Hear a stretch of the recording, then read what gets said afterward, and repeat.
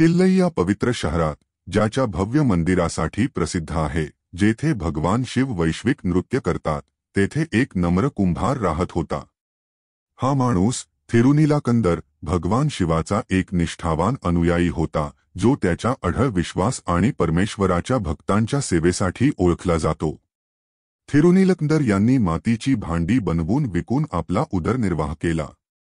माफक उत्पन्न असूनही त्यांनी शिवभक्तांना आपली भांडी मोफत भेट देण्याची सवय लावली.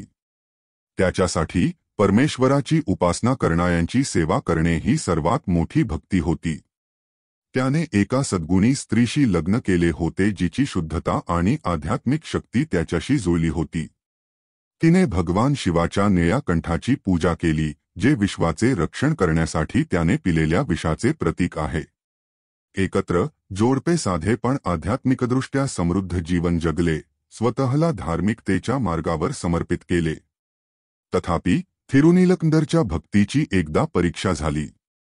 त्याच्या तारुण्यात त्याने प्रलोभनावर मात केली आणि आपल्या लग्नाबाहेरील आनंद शोधला. जेव्हा त्याच्या पत्नीला हे कळले तेव्हा ती खूप दुखावली गेली, पण एक विश्वासू आणि कर्तव्यदक्ष जोडीदाराच्या भूमिकेत ती स्थिर राहिली.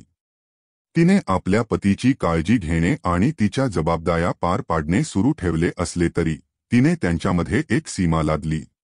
तिने भगवान शिवाचे नाव घेत म्हटले, तिरुनीलकांतमच्या नावाने मी तुला मला स्पर्श करण्यास मनाई करते. तिचे शब्द केवळ घोषणा नव्हते, तर दैवी शक्तीने बांधलेले व्रत होते. भगवान शिव आणि त्याच्या पत्नीच्या श्रद्धेबद्दलच्या त्याच्या मनातील आदरामुळे थिरुनीलकंदरने तिच्या इच्छेचा आदर केला. त्या क्षणापासून हे जोडपे भक्तीमध्ये सोबती म्हणून एकत्र राहत होते, परमेश्वरावरील त्यांचे प्रेम सामायिक करत होते, परंतु शारीरिक जवळिकांपासून दूर होते. हे व्रत त्यांच्या आध्यात्मिक जीवनाचा पाया बनले. यासाठी अपार शिस्त आणि परस्पर आदर आवश्यक होता आणि या जोडप्याने इतर कोणालाही नकळत ते कायम ठेवले. त्यांची भगवान शिवावरील भक्ती वर्षानुवर्षे वाढत गेली.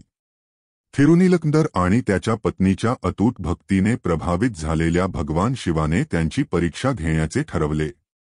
भटक्या पवित्र माणसाच्या वेशात शिव कुंभाराच्या घरी आला. त्याने साधे वस्त्र परिधान केले होते, त्याचे शरीर पवित्र राखेने सजलेले होते आणि त्याच्या हातात एक चमकदार मातीची वाटी होती. भगवान शिव भक्ताला पाहून आनंदित झालेल्या कुंभाराने त्या पवित्र पुरुषाचे स्वागत केले. मोठ्या आदराने स्वागत केल्यावर पवित्र मनुष्य म्हणाला, माझ्याजवळ एक विशेष वाडगा आहे, ज्याचा मी खजिना ठेवतो. ते आत ठेवलेली कोणतीही वस्तू शुद्ध करू शकते आणि ते सोने किंवा रत्नांपेक्षा अधिक मौल्यवान आहे. तू माझ्यासाठी सुरक्षित ठेवशील का? कुंभार सन्मानित वाटून सहमत झाला. त्याने काळजीपूर्वक वाडगा एका सुरक्षित ठिकाणी ठेवला आणि त्याच्या जीवासह त्याचे रक्षण करण्याचे वचन दिले. पवित्र मनुष्य त्याला आशीर्वाद देऊन निघून गेला. दिवस आठवड्यात बदलले आणि कुंभार दररोज वाडगा तपासत असे. पण एके दिवशी त्याचा धक्का, वाटी निघून गेली. त्याने उंचनीच शोध घेतला, पण तो सापडला नाही. आपण आपल्या कर्तव्यात कसूर केल्याचे समजून तो उद्ध्वस्त झाला होता. काही वेळाने पवित्र माणूस परत आला आणि वाटी मागितली. थिरुनीलकंदरने त्याच्या पाया पडून कबूल केले, मी ते सुरक्षित ठेवले, पण ते गायब झाले आहे. माझ्या अपयशाबद्दल मला क्षमा करा. पवित्र मनुष्य रागाचे नाटक करत म्हणाला, जर तू खरोखर निर्दोष आहेस तर सिद्ध कर. आपल्या पत्नीसह पवित्र कुंडात स्नान करा आणि आपल्या पवित्रतेची शपथ घ्या. थिरुनीलकंदरची कोंडी झाली.